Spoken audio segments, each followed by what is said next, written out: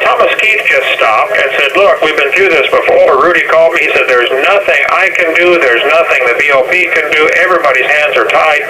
So apparently nothing can be done. They've tried. However, this is a classic example that Congress needs to see. And look at the mess you created. Would you guys do something, or the media needs to see that just the mess they created with this stupid whole system. Totally unscriptural, locking people up, and it's all for profit, like it always is. So don't call Thomas Keith anymore and bother him. But okay.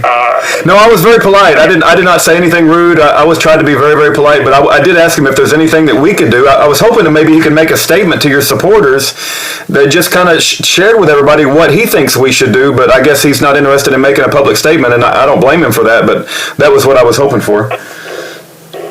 Well, the judge says it's the BOP's problem. The BOP says we can't do anything because you're not at one of our institutions, and the judge has to lift this new pending charge. Yeah. BOP says as long as there's a new pending charge, you cannot be released to home confinement. Had I already been at home confinement, then they probably would have left me there. Here's what happened. I was in Berlin, New Hampshire a year ago, last February, and my case manager, Miss Sedlak, Sedlak, and the team that met with me approved me for home confinement and told me so. A few months, maybe a month later, she was promoted to a different job down at the medium prison down the hill, and a new guy took over, some French name. I'd remember it if I heard it. Starts with a D, I think. And apparently he did not sign the final paper and get it sent off, or he blew it, is where apparently the buck stopped. We don't know. Bottom line is, even though I had been approved at the team meeting, and I'd been told verbally I was approved, I never got the actual paper to go to home confinement last February. So it appears that the Berlin new case manager blew it, which is highly likely. He didn't seem to want to do anything except get a paycheck. Okay? There's a lot of people like that in the BOP. So anyway, just simple exposure and find out who dropped the ball, why didn't it get approved, what happened. Because Darlene Porter, and Darlene something, her name, she's in Orlando. Ernie has dealt with her. She is the BOP lady who is in charge of home confinement. She says, look, we cannot put you in home confinement with a pending charge. Had it already been approved, we could have. Well, it sort of was approved, except somebody dropped the ball up in Berlin. So maybe just make noise shine light so they're more careful with their job next time. Wow. Congress needs to look at this whole situation and say, we have created a monster here. Why on earth would America, the land of the free, have the largest prison system on the planet? Amen.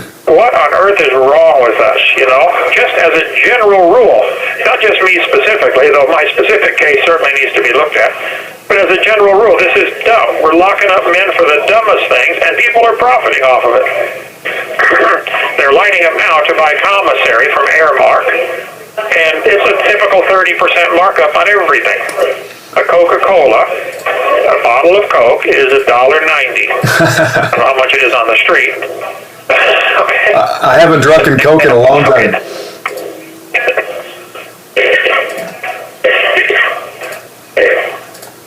Anyway, that's what I'm faced with. No, I wanted to share. If nothing else, go ahead. No, the New York Times just recently on March the 30th, so it would be today, just today. I printed this article out and I'll be mailing it to you. The title of the article in the New York Times says, "Steep Cost of Inmate Phone Calls Are Under Scrutiny." And it says they used to be where, just making a phone call from the prison system used to cost just as like it did on the outside, but they're making billions of dollars off of these inmate phone calls. And it's just, like you said, an imprisoned industrial complex, and they're profiting off of everybody's incarceration, and they're financially motivated to keep you in prison along with everybody else. Well, and if judges and attorneys, etc., are allowed to own stock and be part of those that are profiting, that makes it even worse. Yes. Amen. But simply expose it. Who profits from this? Shine the light, and they'll squeal. Yes. I gotta go. Okay. Thank you, brother. Okay. Call Julie when you get a chance. Call Julie. All right, he had to go. I tried to get that in. Okay, Julie, I'm so sorry. I don't know if he heard that. I'll tell him next time he calls. I feel so bad because I probably should have said it at the beginning, and Julie's been telling me to to have him call her all day. I'm so sorry, Julie. All right. Okay, that's it. God bless.